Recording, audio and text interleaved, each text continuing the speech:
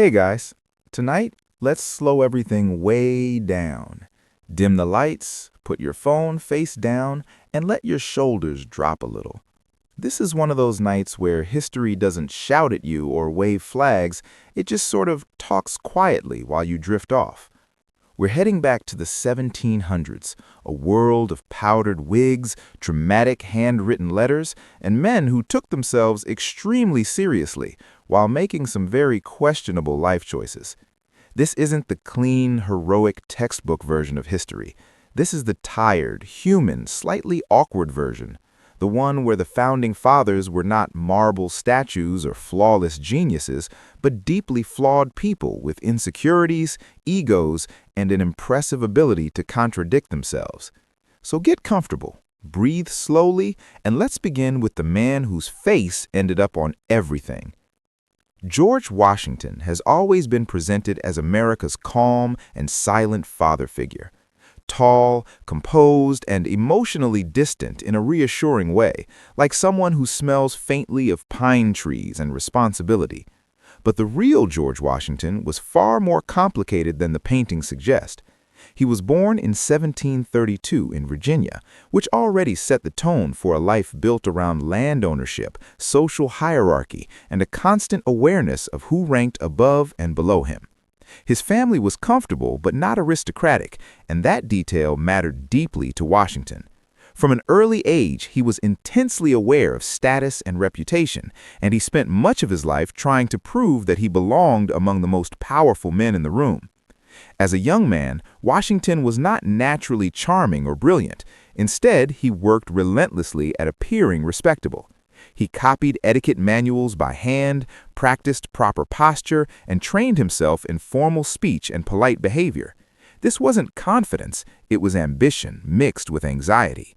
He wanted to be taken seriously, and he feared being dismissed. When he first tried to build a military career during the French and Indian War, the results were unimpressive. He made tactical mistakes, people died, and his failures were criticized publicly.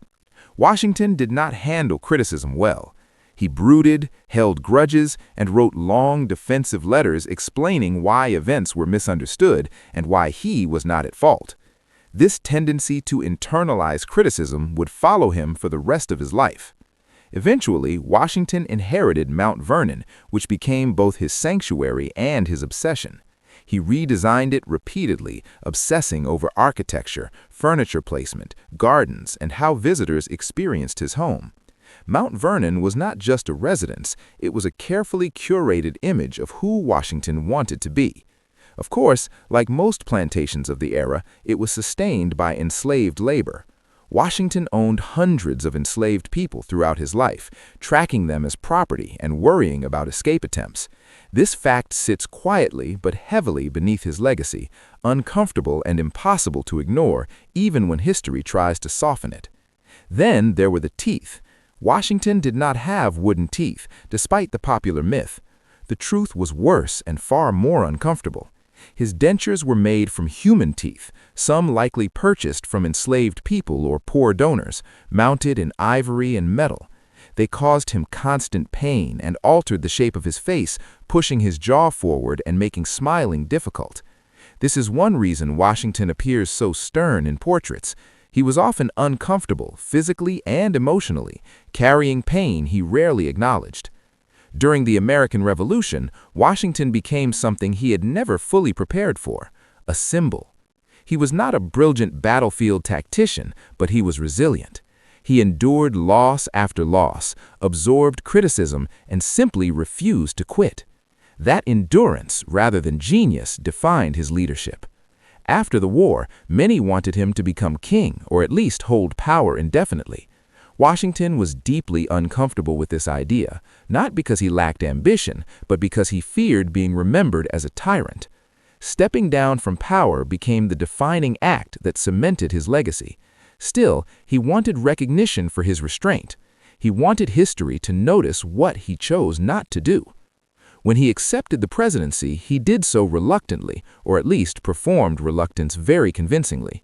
As president, Washington was formal, distant, and stiff. He disliked small talk, hated being touched, and took press criticism personally. Newspapers mocked him relentlessly, accusing him of monarchist tendencies and emotional coldness.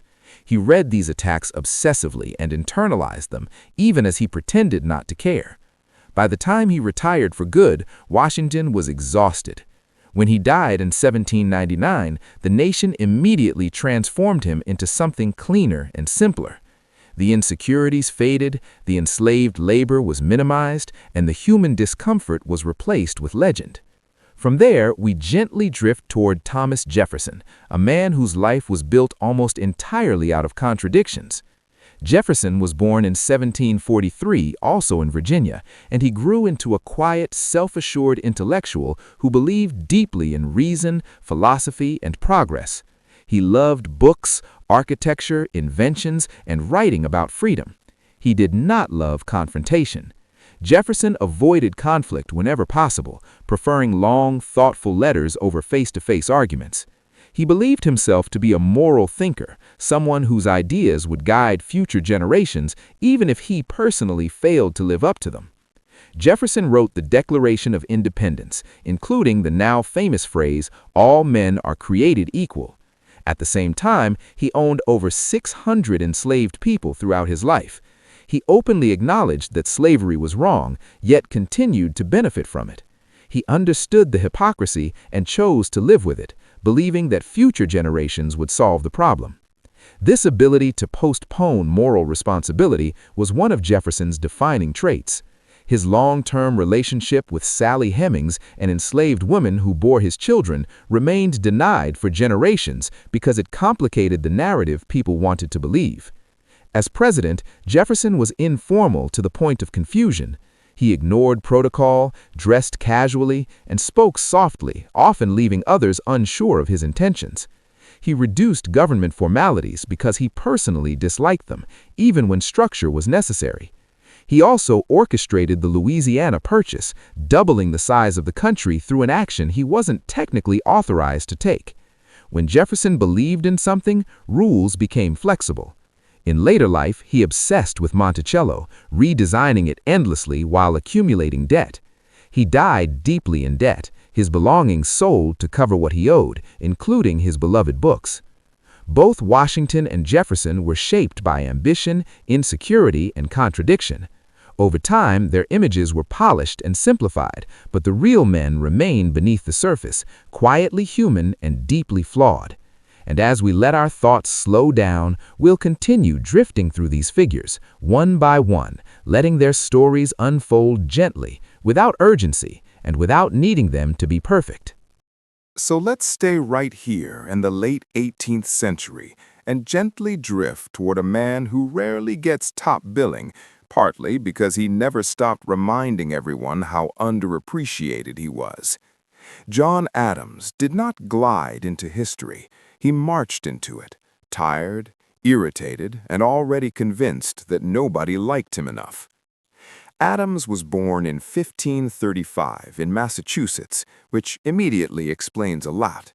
He grew up in a strict, Puritan-influenced environment where hard work mattered, emotions were suspicious, and pride was something you pretended not to have while absolutely having it. Unlike Washington and Jefferson, Adams did not inherit large plantations or effortless prestige. He worked his way up through law, through relentless reading, and through a personality that could best be described as earnest but exhausting. John Adams was deeply intelligent and deeply insecure.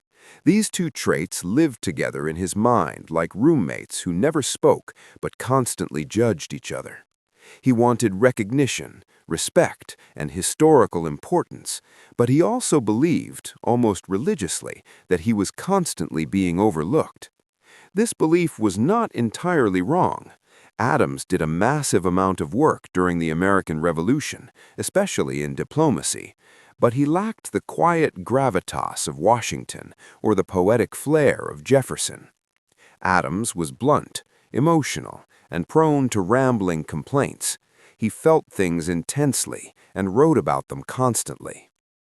Adams spent years in Europe securing alliances, negotiating treaties, and enduring miserable living conditions, all while worrying that people back home were forgetting him. He wrote long letters to his wife, Abigail, who was frankly the emotionally stable one in the relationship. Abigail Adams was sharp, politically aware, and far more patient than John probably deserved. She advised him, challenged him, and reminded him to calm down, which he almost never did. When Adams eventually became president, it was not a joyful victory. He inherited a deeply divided country, hostile newspapers, and the overwhelming shadow of George Washington. Adams knew he was not as beloved as his predecessor, and this knowledge haunted him daily. He was sensitive to criticism, sometimes to the point of obsession. When newspapers attacked him, he took it personally and emotionally, responding with frustration rather than detachment. Adams believed strongly in law, order, and stability, which led to the deeply unpopular Alien and Sedition Acts.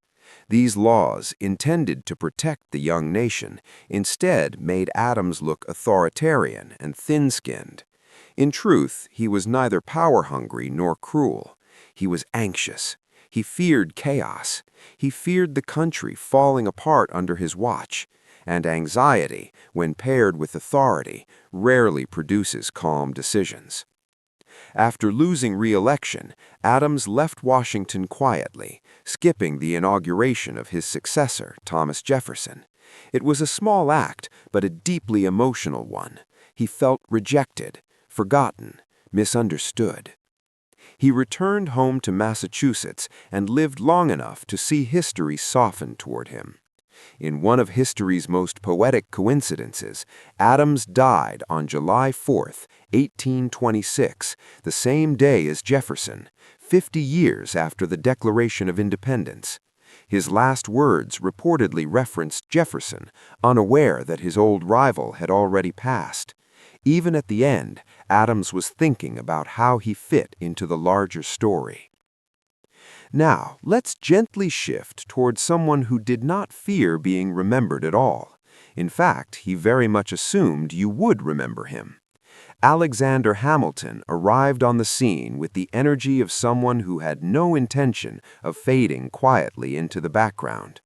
Born out of wedlock in the Caribbean, Hamilton grew up poor, ambitious, and intensely aware that the world owed him nothing. This awareness fueled him constantly. Hamilton was brilliant, restless, and allergic to slowing down. He wrote endlessly, argued aggressively, and involved himself in nearly every political debate of the era. While others worried about appearing virtuous, Hamilton worried about efficiency. He wanted systems, structure, and financial stability, and he wanted them immediately. His vision of America leaned toward centralized power, strong institutions, and economic discipline, which made him deeply unpopular with people who preferred romantic ideas about liberty. Hamilton also had a talent for creating enemies. He was sharp-tongued, arrogant, and convinced of his own correctness. This did not make him pleasant company. Even his allies found him difficult. He believed in honor, reputation, and personal legacy to an almost dangerous degree. This obsession would eventually cost him his life, but even before that, it cost him peace. Hamilton's personal life was no calmer than his public one. His affair with Maria Reynolds became one of the first major political sex scandals in American history. Instead of denying it quietly, Hamilton published a lengthy pamphlet explaining everything in explicit detail, believing honesty would save his reputation. It did not. This moment perfectly captures Hamilton's personality, brilliant, impulsive, and convinced that explaining himself would fix everything. As the years passed, Hamilton found himself increasingly isolated. His influence waned, his enemies multiplied, and his sense of personal honor became more fragile. The duel with Aaron Burr, while often dramatized, was less about sudden rage and more about years of accumulated resentment, wounded pride, and refusal to step aside. Hamilton walked into that duel believing, on some level, that history was watching. And now, as the country continued stumbling forward, we can feel a pattern emerging. These men were not unified heroes. They were anxious, competitive, deeply flawed individuals trying to shape a nation while barely managing themselves. They argued, resented one another, misunderstood each other's intentions, and yet somehow created something that survived them. So as we let our thoughts slow again, notice how none of these stories explode or resolve neatly. They simply continue. One tired decision leads to another. One personality rubs against another. History moves forward, not with certainty, but with momentum. And just ahead, waiting quietly, are more figures with egos, habits, contradictions, and emotional baggage, all ready to drift into view when you're ready to keep listening. Now let's gently drift toward a man who rarely looks impressive in portraits and somehow managed to shape the entire structure of American government anyway. James Madison was small, soft-spoken, and physically unimposing, which in the 18th century was not ideal if you wanted people to take you seriously. He stood barely over 5 feet tall, weighed very little, and looked more like someone who should be grading papers quietly than rewriting the concept of democracy. Madison was born in 1751 in Virginia into wealth and comfort, but his health was fragile from an early age.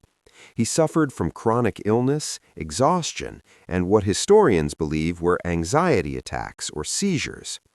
Madison lived with a constant awareness that his body might betray him at any moment, and this awareness shaped his personality. He was cautious, inward-looking, and deeply thoughtful. While other founding fathers dominated rooms with presence or voice, Madison dominated through preparation. He read constantly, ancient republics, political theory, philosophy, history. Madison absorbed information the way some people absorb stress, quietly and continuously. He believed human nature was flawed, unreliable, and prone to selfishness, which is why he distrusted concentrated power. His solution was not optimism, but balance. Checks, counter-checks, more checks, possibly too many checks, but that was Madison's comfort zone. If everything restrained everything else, maybe nothing would fall apart. Madison's greatest achievement, the Constitution, was not born from confidence, but from fear. Fear of tyranny, fear of chaos, fear that the experiment would fail immediately if people were trusted too much. He believed factions were inevitable and dangerous, and his system was designed to let them exist without destroying the whole structure. It was a very careful solution from a very cautious mind. Despite his intellectual dominance, Madison struggled socially. He was awkward, quiet, and often overlooked. At social gatherings, he blended into the background while louder personalities took center stage. This didn't bother him much. Madison preferred observing, listening, taking notes. He was not interested in applause. He was interested in control, but control through design rather than command. One of the most unexpected turns in Madison's life came through his marriage to Dolly Payne Todd. Dolly was warm, charming, socially brilliant, and everything Madison was not. She remembered names, smoothed tensions, hosted gatherings, and made people feel comfortable. Dolly became Madison's bridge to the social world, and in many ways, she managed his public image better than he ever could. Without her, Madison might have faded quietly into the background, despite his importance. When Madison became president, the reality of leadership collided painfully with his theories. The War of 1812 exposed weaknesses in the system he helped design. The government struggled to respond quickly. The military was underprepared. At one point, Washington, D.C. was literally burned while Madison fled the city. It was not his finest moment, and it haunted him. The careful architect had built a system that worked slowly, and war does not wait patiently. After leaving office, Madison retreated into reflection rather than regret. He defended the Constitution, clarified its intentions, and quietly watched as future generations interpreted it in ways he never fully intended. He lived long enough to see his ideas harden into tradition, which is both comforting and unsettling for someone who believed everything should remain balanced and flexible. Now, drifting gently alongside Madison, we come to Benjamin Franklin, who feels like he wandered in from an entirely different story. Franklin was older, louder, more relaxed, and far more amused by life than his peers. Born in 1706, Franklin came from modest beginnings and climbed his way up through charm, wit, and an impressive tolerance for chaos.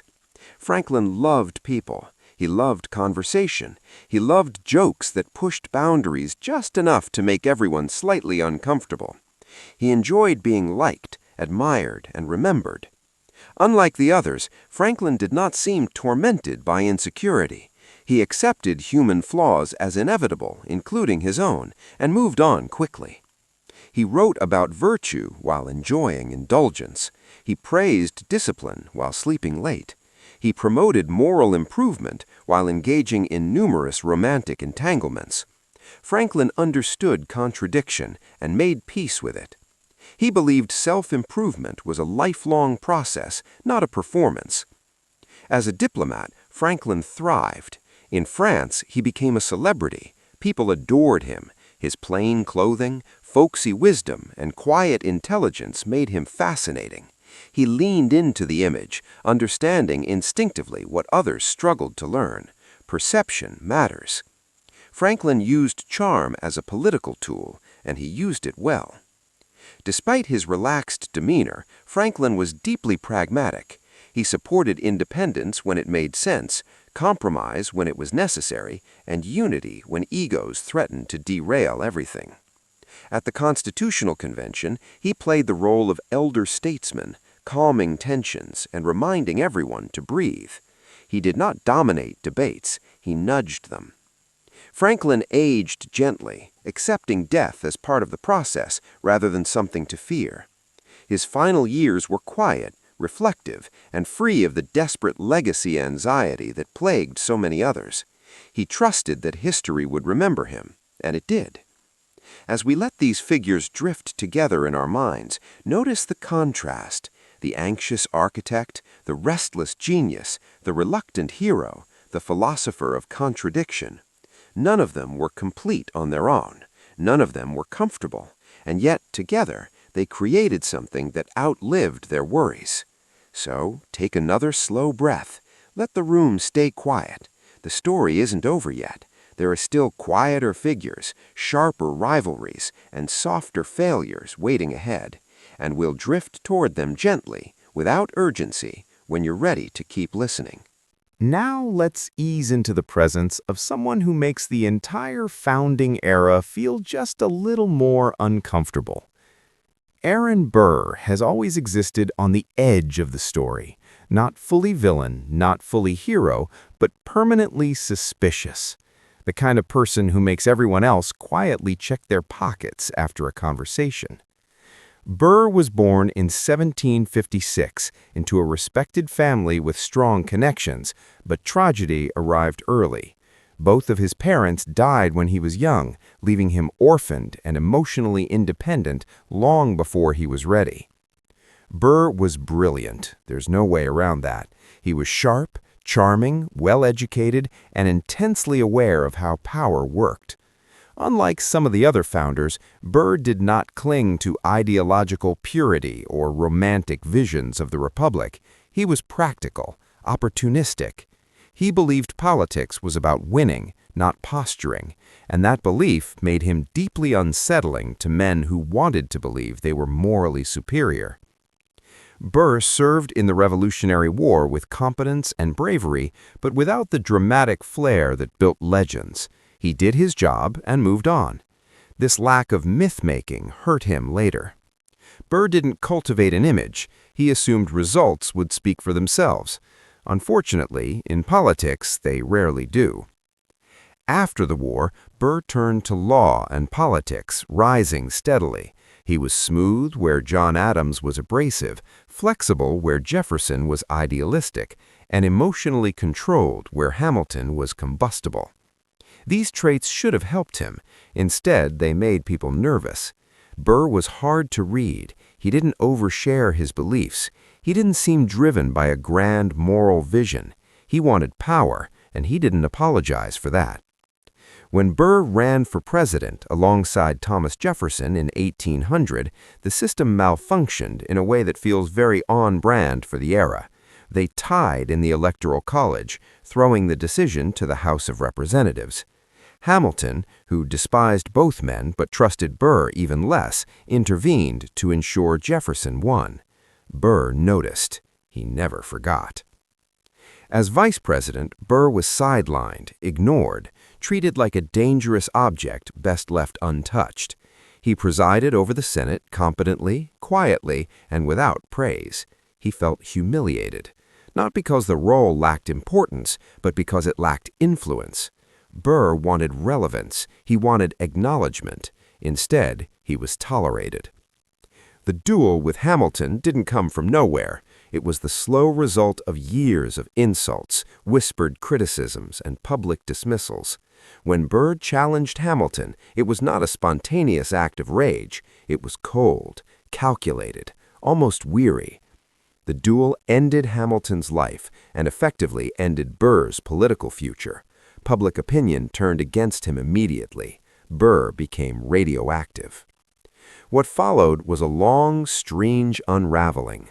Burr traveled west and tangled himself in vague schemes involving land, power, and possibly secession.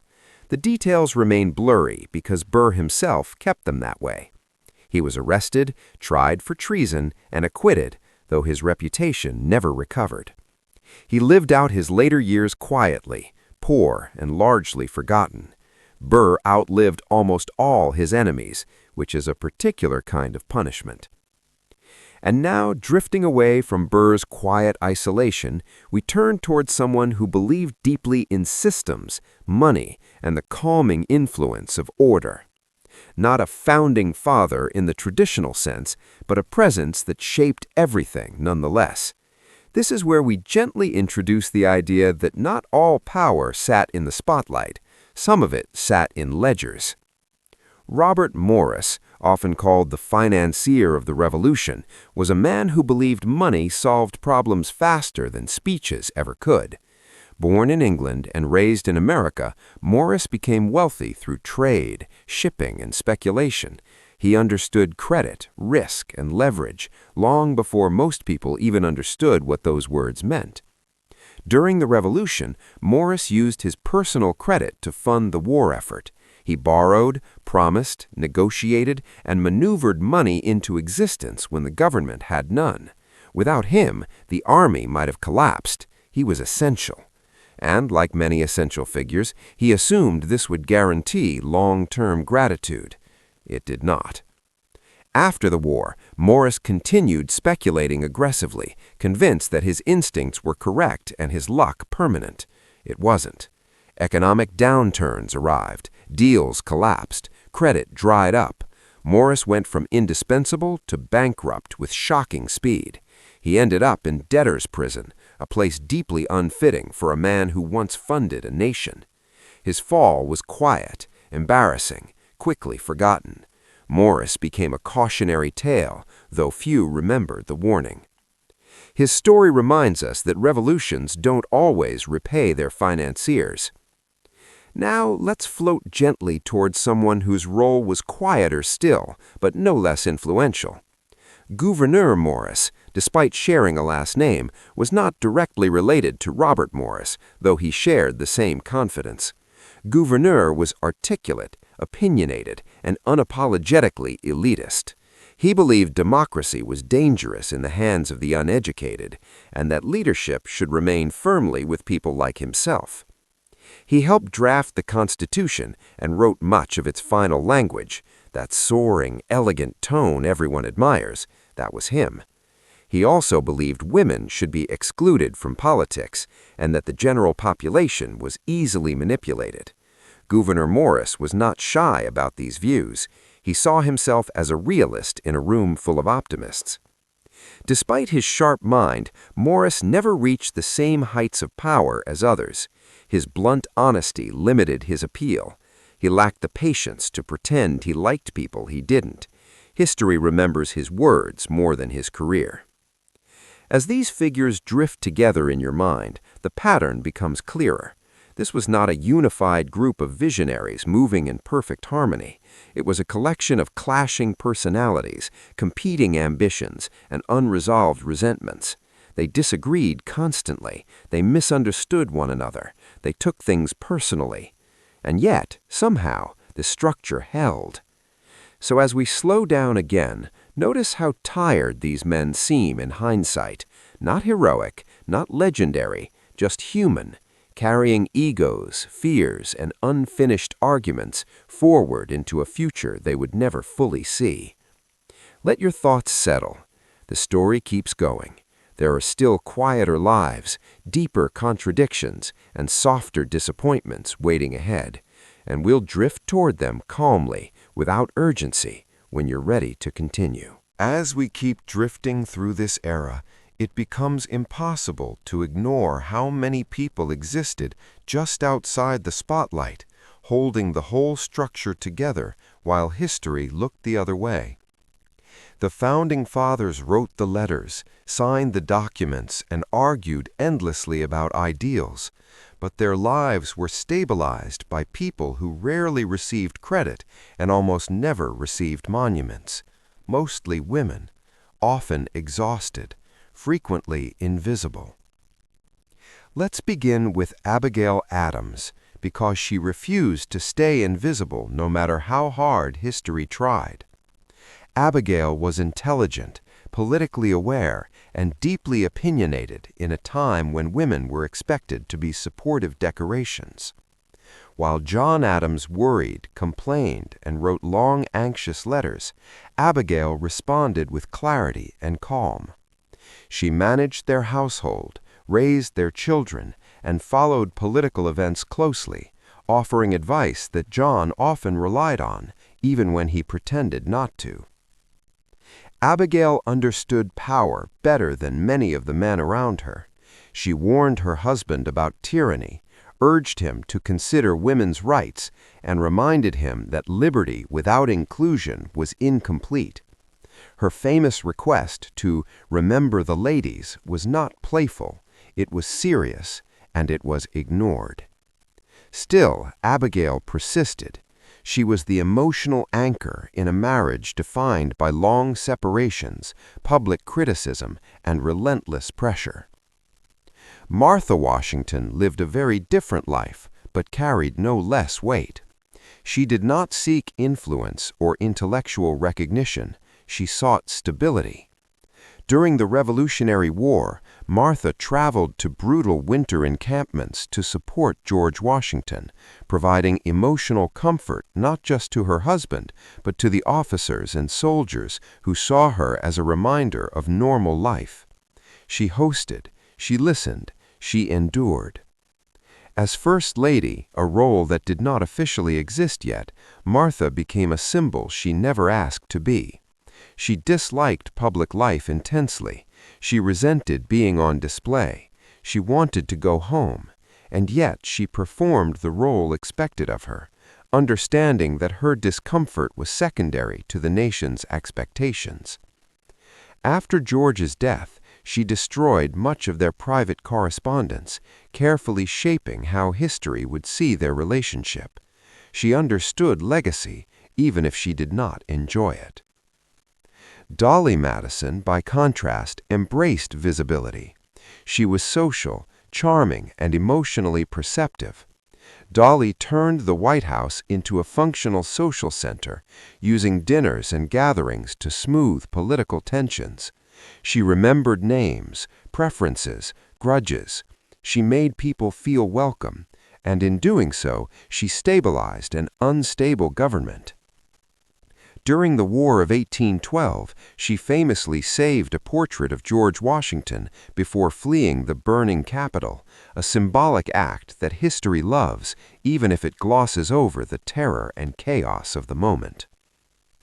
But beyond these well-known figures were countless women whose names were rarely recorded, wives who ran farms and businesses while husbands traveled or argued in distant halls, daughters who acted as secretaries, copying letters and managing correspondence, enslaved women who cooked, cleaned, raised children, and absorbed emotional labor while having no control over their own lives. Their labor made the intellectual work possible, even as it was systematically erased. Now let's gently shift our attention to the children of these men, many of whom struggled quietly under the weight of famous last names. John Adams worried obsessively about his sons, especially John Quincy Adams, who carried an intense sense of duty from a young age. John Quincy was brilliant, serious, and emotionally restrained, molded by expectations rather than affection. He succeeded, eventually becoming president himself, but he never escaped the pressure of legacy. Thomas Jefferson's children lived more complicated lives. His legitimate daughters were carefully educated and tightly controlled, raised to be refined and obedient. His children with Sally Hemings lived in a liminal space, acknowledged privately and denied publicly. Some were freed, others were not. Their lives existed in the shadows of Jefferson's reputation, shaped by decisions they. As we keep drifting through this era, it becomes impossible to ignore how many people existed just outside the spotlight, holding the whole structure together while history looked the other way. The Founding Fathers wrote the letters, signed the documents, and argued endlessly about ideals, but their lives were stabilized by people who rarely received credit and almost never received monuments, mostly women, often exhausted, frequently invisible. Let's begin with Abigail Adams, because she refused to stay invisible no matter how hard history tried. Abigail was intelligent, politically aware, and deeply opinionated in a time when women were expected to be supportive decorations. While John Adams worried, complained, and wrote long, anxious letters, Abigail responded with clarity and calm. She managed their household, raised their children, and followed political events closely, offering advice that John often relied on, even when he pretended not to. Abigail understood power better than many of the men around her. She warned her husband about tyranny, urged him to consider women's rights, and reminded him that liberty without inclusion was incomplete.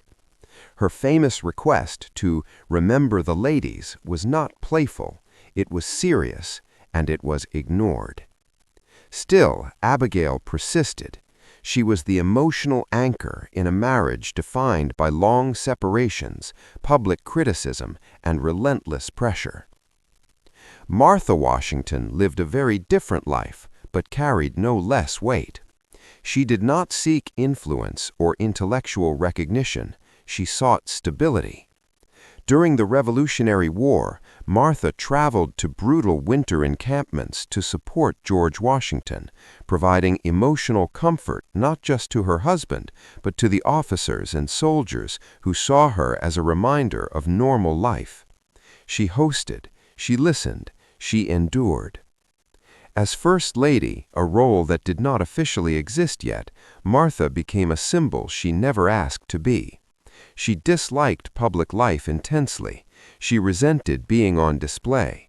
She wanted to go home, and yet she performed the role expected of her, understanding that her discomfort was secondary to the nation's expectations.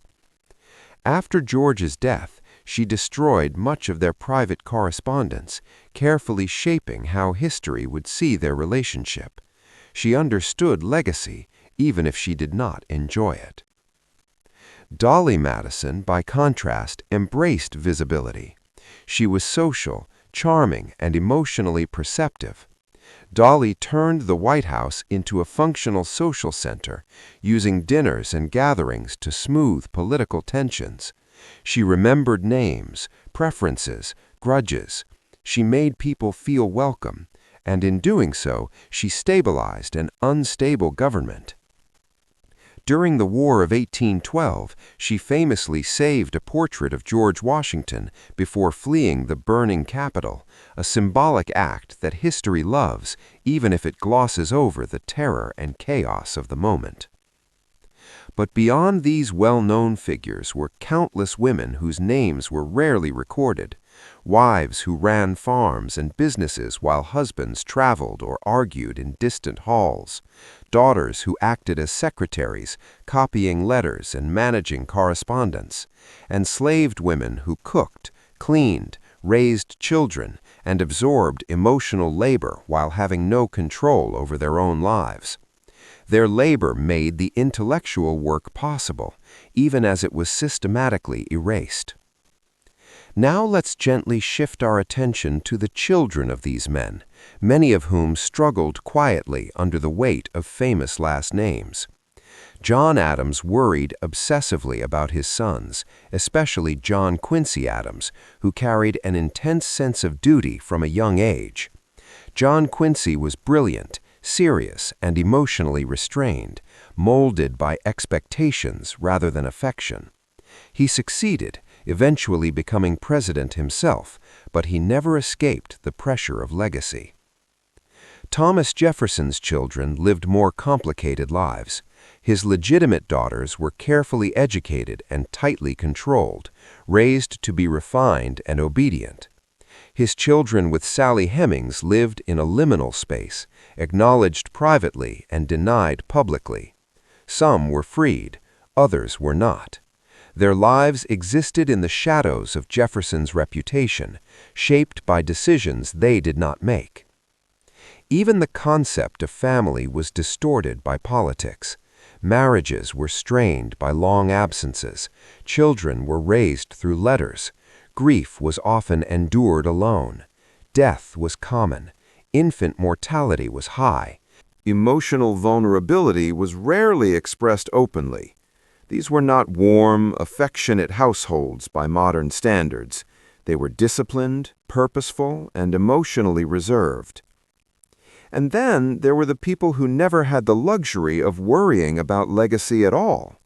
Enslaved individuals, servants, laborers, and soldiers who carried the physical burden of nation building while remaining excluded from its promises. Their names rarely appear in founding documents, but their presence was constant. They built roads, cooked meals, cleaned homes, farmed land, and fought wars.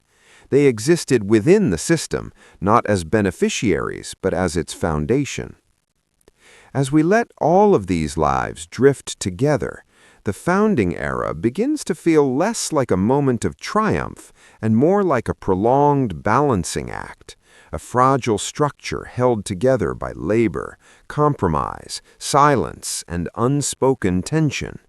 The famous men argued about liberty, while others quietly ensured survival. So take another slow breath.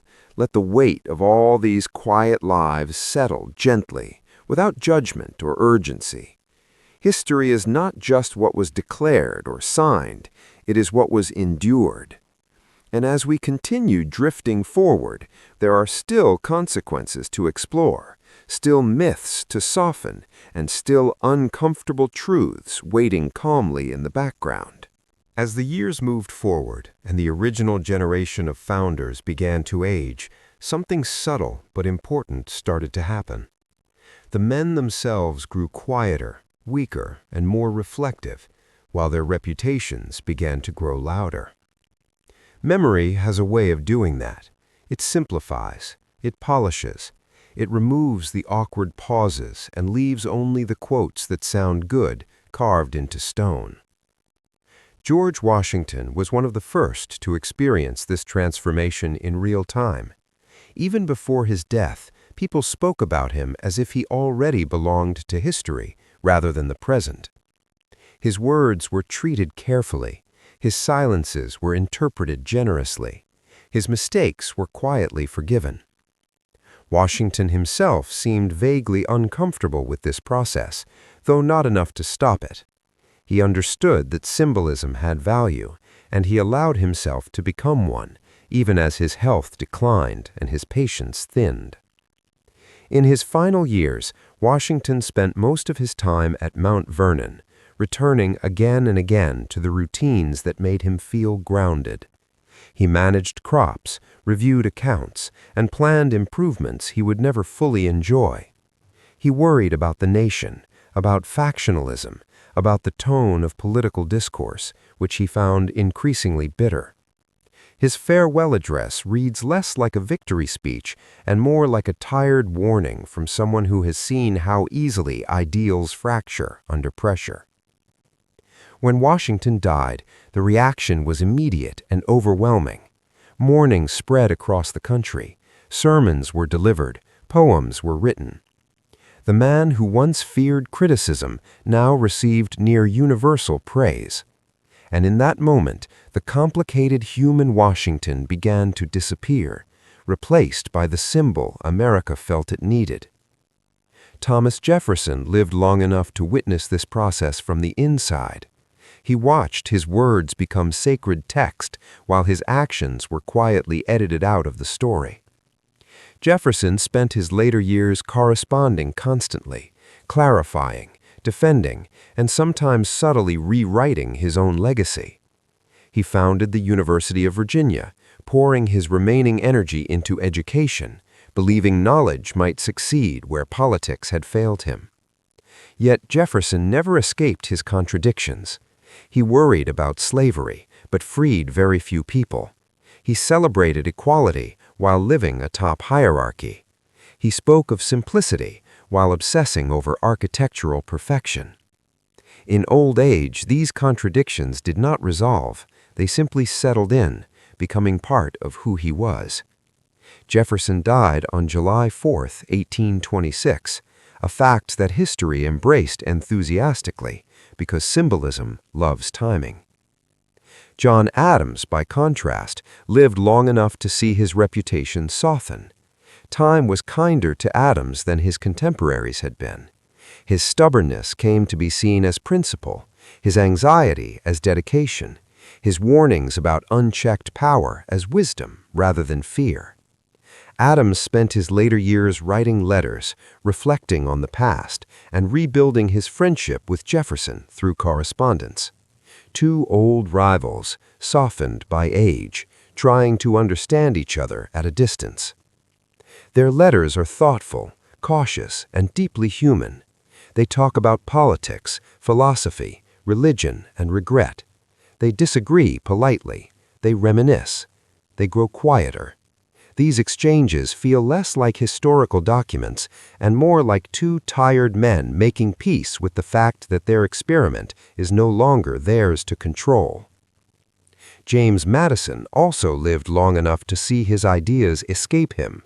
The Constitution he helped design became something people argued over constantly, interpreting it in ways he sometimes supported and sometimes did not.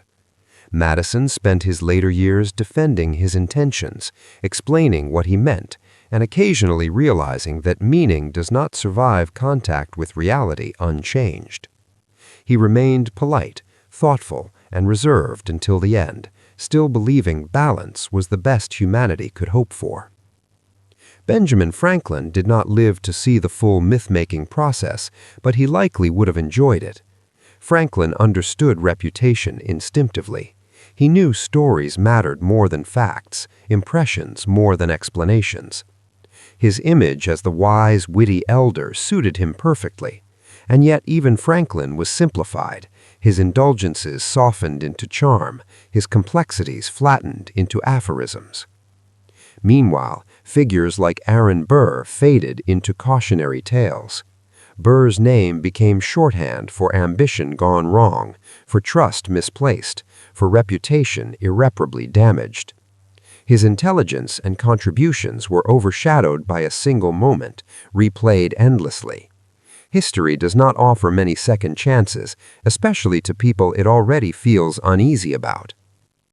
As the founders faded from public life, a new generation stepped forward, one that had not fought the revolution but inherited its consequences. These men grew up with independence as a given, not an achievement. They argued differently. They governed differently. They felt less awe toward the founding generation and more frustration with their unresolved compromises. Political parties hardened. Disagreements sharpened. The polite fiction of unified purpose dissolved. The founders had hoped their example would guide future leaders, but examples age, context shifts. What once felt necessary begins to feel insufficient. And beneath all of this, the unresolved issues remained. Slavery expanded westward. Indigenous displacement continued relentlessly. Economic inequality deepened. The Republic survived, but it did not rest. The ideals declared at its birth hovered above reality, aspirational and unmet. What's striking looking back is how aware many of the founders were of these shortcomings. They knew the system was fragile. They knew their solutions were imperfect. They worried openly about decay, corruption, and collapse. Confidence was never as solid as the statues suggest. Anxiety was always present, humming quietly beneath the surface. As we let these thoughts drift, notice how history does not end with resolution. It settles, it accumulates, it layers one generation's compromises onto the next. The founding era does not conclude with triumph or failure. It simply transitions, leaving behind a framework and a collection of unresolved questions. So take another slow breath. Let the room remain quiet. The voices of these figures grow softer now, less distinct, blending into the background hum of a nation still becoming itself. There is no need to rush. The story continues gently forward, shaped as much by what was avoided as by what was achieved. And when you're ready, we can keep drifting, calmly and without urgency, through what those beginnings left behind. As we move deeper into the founding era, it's worth pausing to consider the quieter lives that rarely make it into history books. For every Washington, Jefferson, or Hamilton, there were dozens of others whose daily existence shaped the outcomes we now revere. Soldiers who froze through winters at Valley Forge, clerks who copied endless letters by candlelight, women who kept households running under constant strain, and enslaved people whose labor made the accomplishments of the great men possible.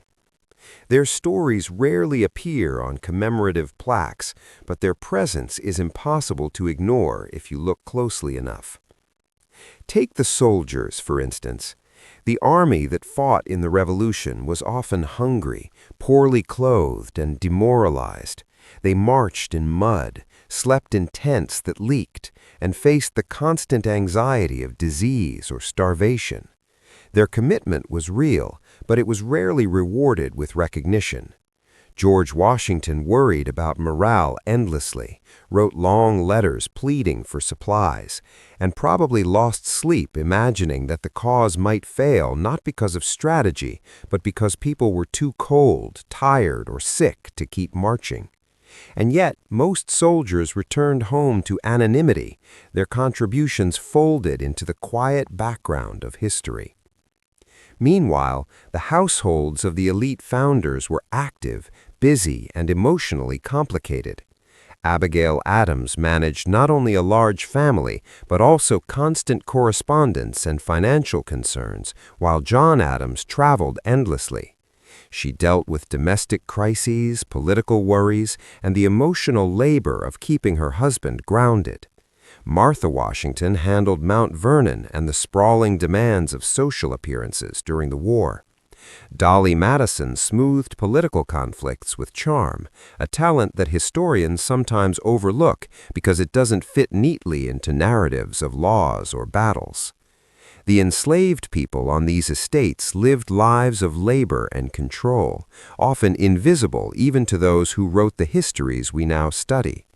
They worked the land, maintained the homes, raised children, and endured brutal physical and emotional conditions. Their survival required resilience and strategy of its own. While the founders debated freedom, these people were negotiating their own survival within systems designed to deny it. Their labor created the space for the philosophical and political endeavors we now study, yet they remain largely absent from the traditional narrative. Even the children of these men were caught in a slow, persistent pressure.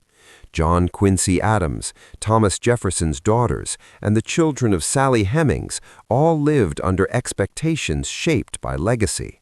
Some were afforded opportunity and education, others were constrained by circumstance and social norms. Their lives reveal how the founding era was not just about public deeds, but also about private pressures, expectations, and compromises. And then there are the advisors, the secretaries, the clerks, and the diplomats whose meticulous work made the system function. Gouverneur Morris crafted language that would endure, Robert Morris loaned money that the country didn't technically have, and Benjamin Franklin charmed foreign courts into supporting the fledgling nation. None sought glory, yet their influence was profound, often stabilizing chaos that might otherwise have derailed the experiment entirely. The irony of the era is that the men we call founding fathers often depended more on these quiet figures than they publicly acknowledged. Their accomplishments, while significant, were contingent on invisible labor. They argued, debated, and strategized, but the work of daily survival, persuasion, and administration often fell to those without names in history books. As these stories layer together, you can see the full texture of the time: ambition and insecurity, brilliance and fatigue, vision and compromise, all tangled with human flaws. The founders were extraordinary in some ways, but deeply ordinary in others. They worried, they erred, they endured, and they relied on a network of people whose contributions history has rarely fully recorded. So as we settle further into reflection, notice how the founding era is less about grand triumphs and more about the accumulation of small, persistent efforts. Some of these were visible, some hidden, and some deliberately erased. The country they created was built on both ambition and quiet endurance, genius and labor, vision and contradiction. Take another deep breath. Let the quiet complexity of this era fill the space around you. There's no rush, no dramatic ending, only the gradual unfolding of lives, choices, and consequences that continue to ripple forward.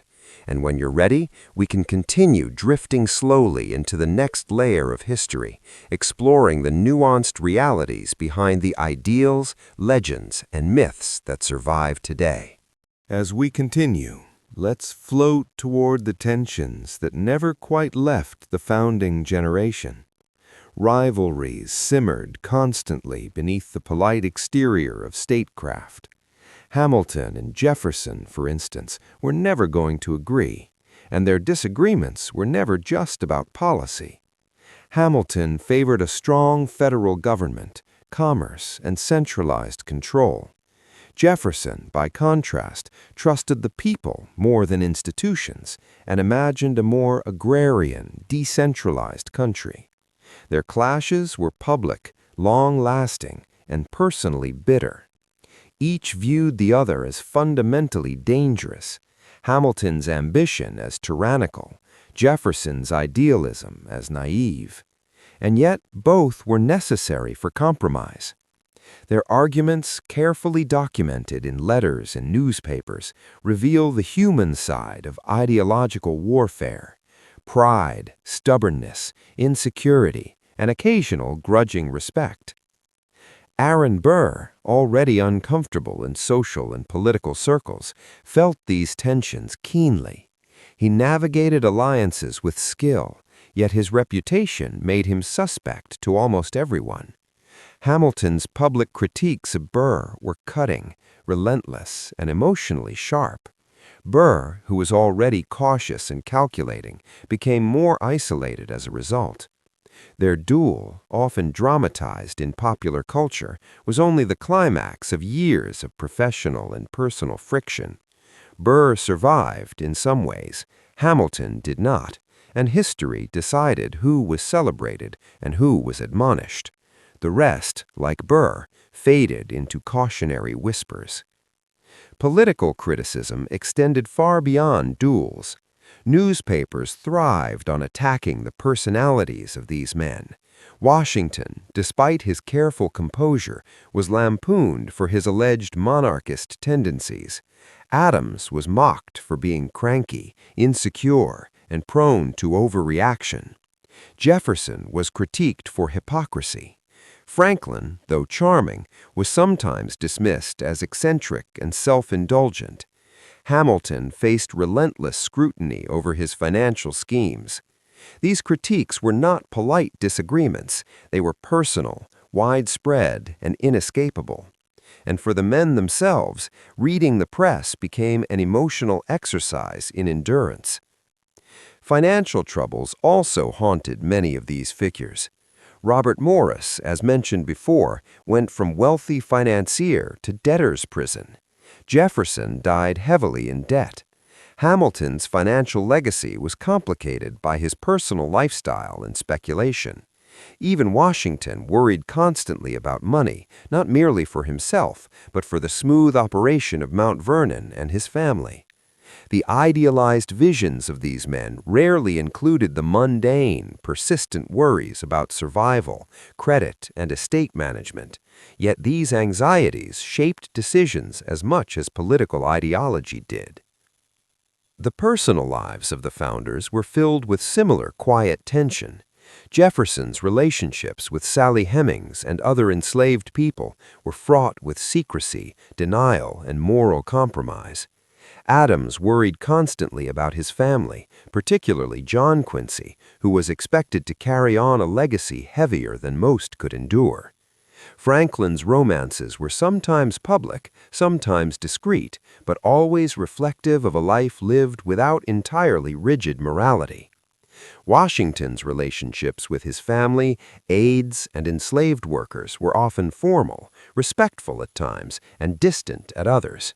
These private realities rarely intersected with the grand public narratives, yet they influenced decision-making and legacy profoundly. And then there was the question of ideology versus action. Many of these men espoused liberty and equality while simultaneously participating in or benefiting from systems that denied liberty and equality to others. Slavery was the most obvious contradiction. Jefferson's writings celebrated freedom while he held hundreds of enslaved people. Washington managed a plantation dependent on enslaved labor. Adams and Madison wrestled with ideals but were constrained by social and economic realities. These contradictions were not hidden from themselves. Letters and diaries show their awareness, unease, and attempts at justification. Yet little changed in practice, leaving the nation's foundation both remarkable and morally compromised. Even as their lives drew toward quiet conclusions, public perception continued to evolve. Death often simplified character. Hamilton became the tragic genius. Jefferson became the philosopher-statesman. Washington became the heroic father figure. Adams softened into wise elder. Burr lingered as a cautionary tale. In truth, these men were human, inconsistent, sometimes cruel, sometimes brilliant, and always aware of their own fragility. Their myths would grow, while their realities quietly faded. And as we drift gently through all of this, notice how fatigue seems to hang over every story. The men who built a nation were rarely rested. They argued, wrote, traveled, worried, loved, and endured endlessly. The weight of responsibility, public expectation, and personal ambition was constant, and often their human errors were the most persistent, the most instructive, and the most quietly tragic parts of their stories. So take another slow, deliberate breath. Let the subtle complexities settle. The rivalries, failures, contradictions, and quiet endurance all float together, forming the less polished, more human tapestry behind the founding myth. The story continues, moving slowly toward the final reflections, as the nation they shaped continues to live with their choices, both deliberate and flawed. As we drift further, it becomes clear that the final years of the Founding Fathers were rarely dramatic in the way history movies suggest. There were no great last speeches, no sudden revelations, no cinematic moments that neatly tied together decades of work. Instead, these men mostly faded slowly, quietly, and sometimes uncomfortably, leaving behind letters, diaries, and unfinished business. Their lives closed not with clarity, but with reflection, small regrets, and the occasional triumph of seeing an idea survive them. George Washington's final days at Mount Vernon were marked by routine, contemplation, and careful attention to detail. He spent long hours reviewing accounts, directing estate work, and corresponding with family and friends.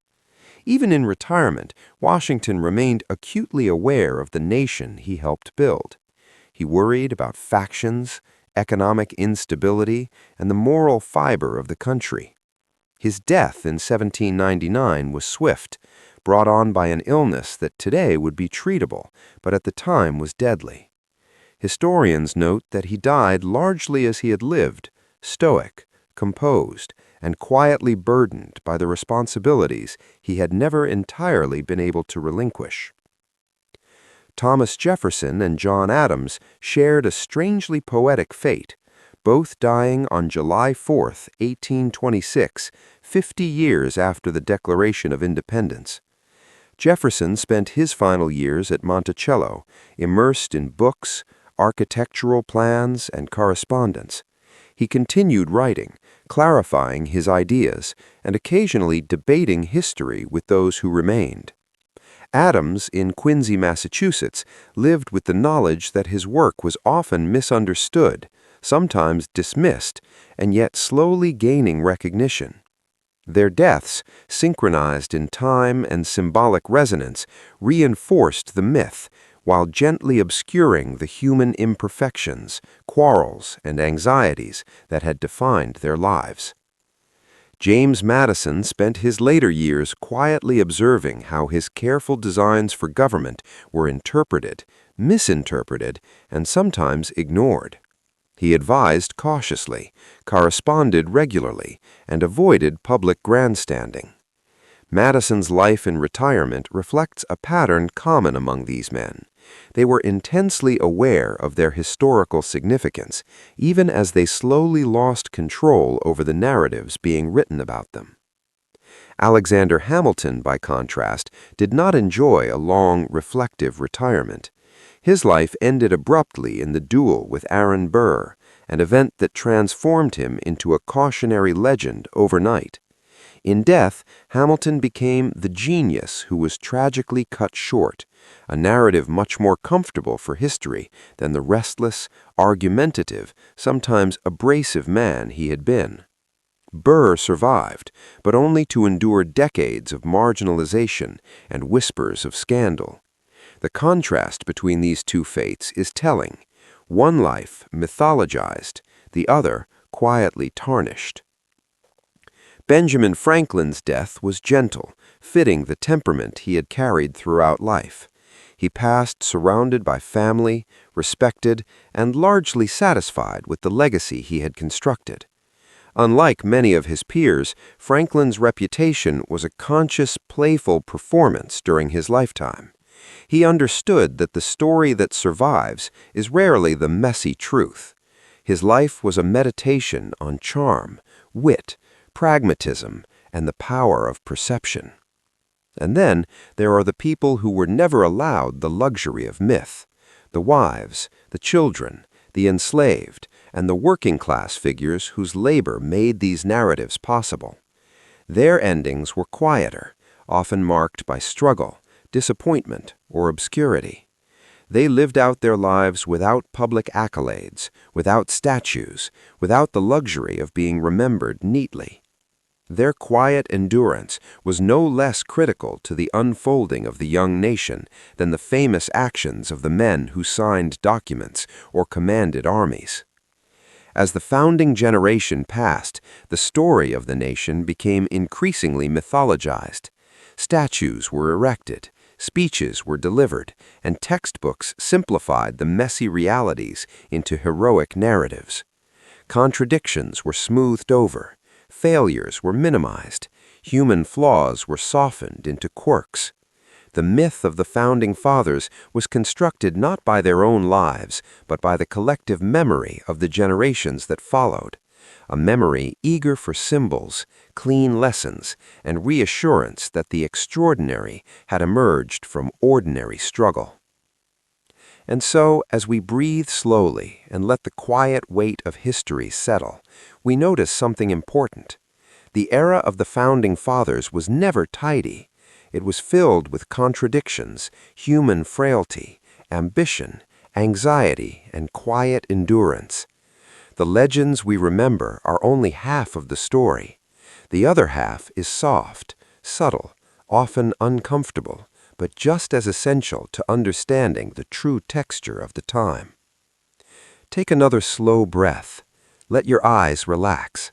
Let the stories of ambition, rivalry, exhaustion, and quiet heroism mingle gently in the background of your mind.